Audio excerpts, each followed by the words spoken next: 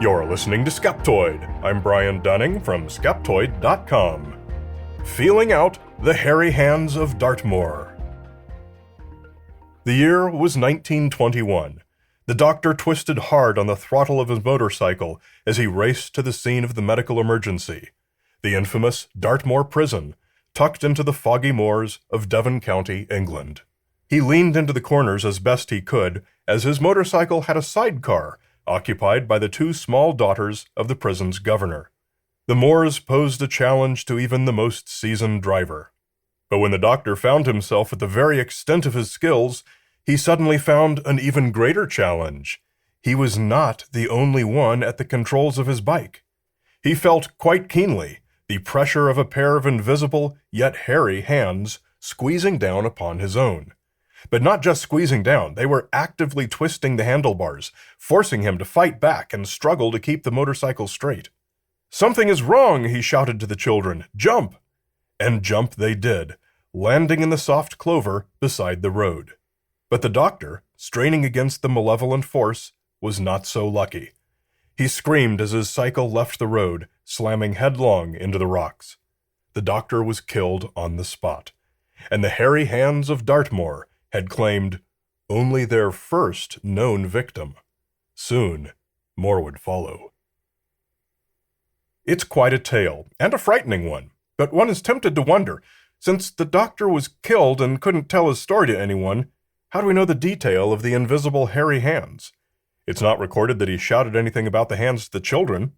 Well, the reason for this remains vague, but we do know how this element became part of the story. The whole affair was first reported in the October 14th, 1921 issue of the Daily Mail. Even then, a century ago, the Daily Mail had a reputation for tabloid journalism, oversimplified and overdramatized, as much as it does today. The article, titled "The Unseen Hands," described the motorcycle sidecar crash, and then described a second incident which took place at the same spot on the road. Some weeks passed, then one day a motor coach was traveling up the slope, when, quite suddenly and for no apparent reason, it swerved, mounted the grassy slope to the right of the road, and, though it did not upset, lay over at such an angle that several passengers were thrown out, one, a woman, being very seriously injured. Like the first incident, this report made no mention of any monstrous invisible hands, except, of course, for the headline. But it also included a third tale, in which a Captain M showed up at a friend's house bloodied, having just suffered a motorcycle accident, again at the exact same spot on the road as the other two. He told the story.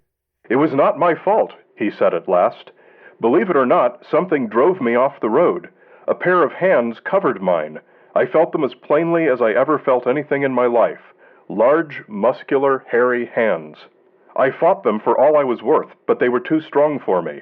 They forced the machine into the turf at the edge of the road, and I knew no more till I came to myself, lying a dozen feet away, on my face, on the turf." Then on October 17th, 3 days later, the Daily Mail published a follow-up article, giving a few extra details on the first crash, including the name of the doctor who died on the motorcycle sidecar, Dr. E.H. Helby.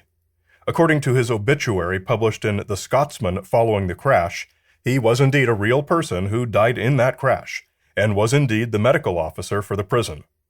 Dr. Ernest Hassler Helby, medical officer, Dartmoor Prison, aged 51, received an extensive fracture of the skull through the breaking of a portion of a motorcycle while he was driving from Princetown to Tavistock. So most of the basic facts of the story are true and correct.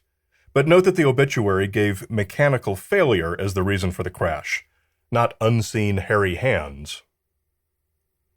A different article in the August 25, 1921 issue of the Western Morning News was about the second crash, that of the motor coach. It was a very large, open-topped car called a charabanc, with 6 rows of seating, and not a seat belt to be found. In this case, the article gave as the cause of the crash a broken spring, which rendered the steering uncontrollable. But of the third incident, the only one in which a driver blamed invisible hairy hands, there seemed to be no other mentions in any press. The mysterious Captain M of whom nothing more is known, appears only in that original October 14th article. And yet today, the hairy hands, nearly always told in the context of Dr. Helby's fatal crash, are found in numerous books of ghost stories and tales of Dartmoor and Devon County. A purely unverifiable anecdote of the apocryphal Captain M was given, which contained a mysterious story element, and then that element was applied to multiple accounts of actual road crashes, thus turning them into unwitting further examples of this ghostly menace on the roads. This was done from the very beginning. Recall that the headline of the original article, the one with all 3 crashes, was "The Unseen Hands," a clear suggestion that ghostly hands were responsible for all 3 crashes. Let us now have a look at the reporter of this article and see if we can learn what may have been on his mind. The reporter was not a regular, but a contributor named T. Gifford. There was nothing about him in his original Daily Mail piece, but in the follow-up piece written 3 days later by an anonymous editor, a bit of insight into Mr. Gifford was provided. Yesterday, the author of the article, who is interested in psychic matters, told a Daily Mail reporter that 2 explanations of the matter were the interference of a, quote, elemental or natural spirit, or of the earthbound spirit of some such person as a murderer. As far as I know, however, there is no record of a murder having occurred near the spot, he said. I do not think that the young officer to whom the last accident occurred knew of the fact that 2 similar accidents had taken place on the same spot. The accidents happened within 100 yards of each other, I should say. So, mystery explained, at least in part. The creator of the legend was a believer in spirits and the paranormal. But he was hardly the only one, and this is where the greater context of this time and place in history comes into play.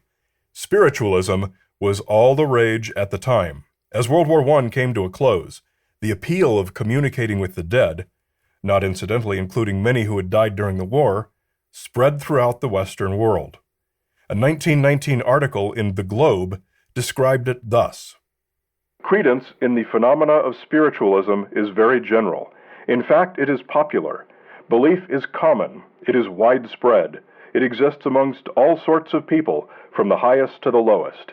You find it in Mayfair, and you find it in the remotest village. When T. Gifford wrote his piece for the Daily Mail, England was enraptured in what came later to be known as the Spiritualism Revival period, so his piece fell on welcoming ears.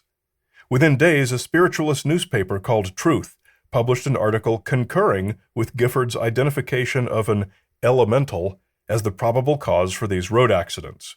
And, by the way, many of these obscure newspaper references were collected by Blake Smith of the Monster Talk podcast for his article in an upcoming issue of the UK Skeptic magazine. Another thing that Blake researched was the state of the public attitude toward motor vehicles in England in 1921. And it turns out that this sentiment formed another important part of the context for the hairy hands story. From his piece in UK Skeptic, it was a time when innovations in automobiles had led to their wider use in England. In the summer of 1921, there was a spate of motor accidents that led to large newspaper coverage and something akin to a moral panic around the dangers of driving. Innovations like seatbelts and four-wheel hydraulic brakes would eventually arrive, but some quite dangerous vehicles on less than perfect roads had lethal consequences. Lurid stories of wrecks and angry opinion letters were common throughout 1921. I'm reminded right away of today's electric car forums online. For half the population, electric cars are the same kind of moral panic that Blake described.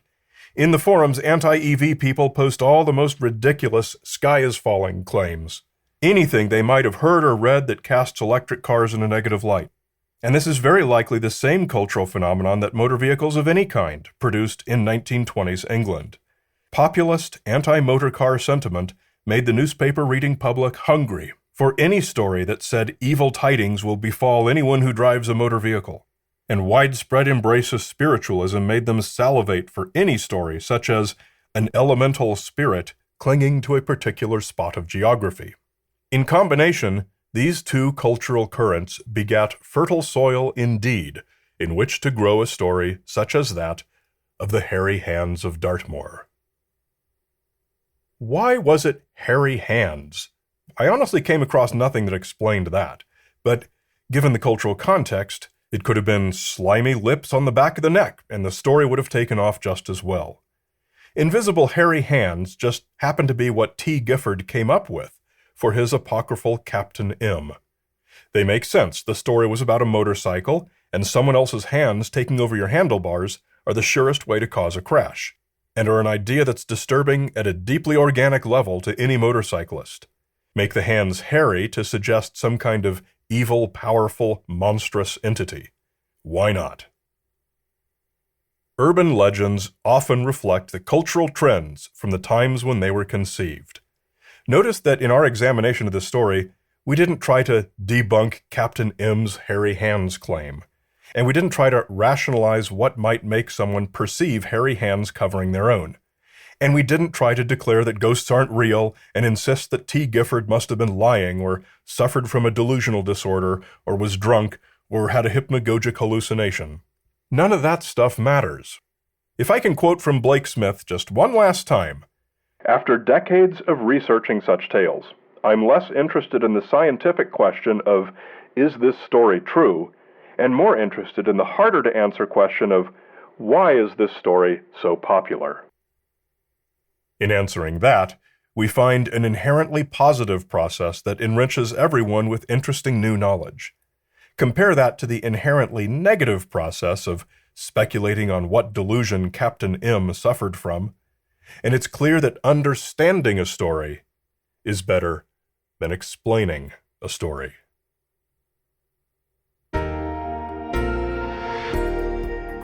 You know who else is inherently positive? Skeptoid's premium supporters like Glenn, Chuck Villa, Peter Graham, and Ray in Redlands. Check out our 40-minute movie, Principles of Curiosity, that teaches the basics of scientific skepticism and critical thinking in a far-ranging journey that takes you from the depths of Death Valley to the highest points in space. It's free on YouTube and at principlesofcuriosity.com for your streaming devices. Many of our listeners have named Skeptoid Media in their will or other estate plan. You can too.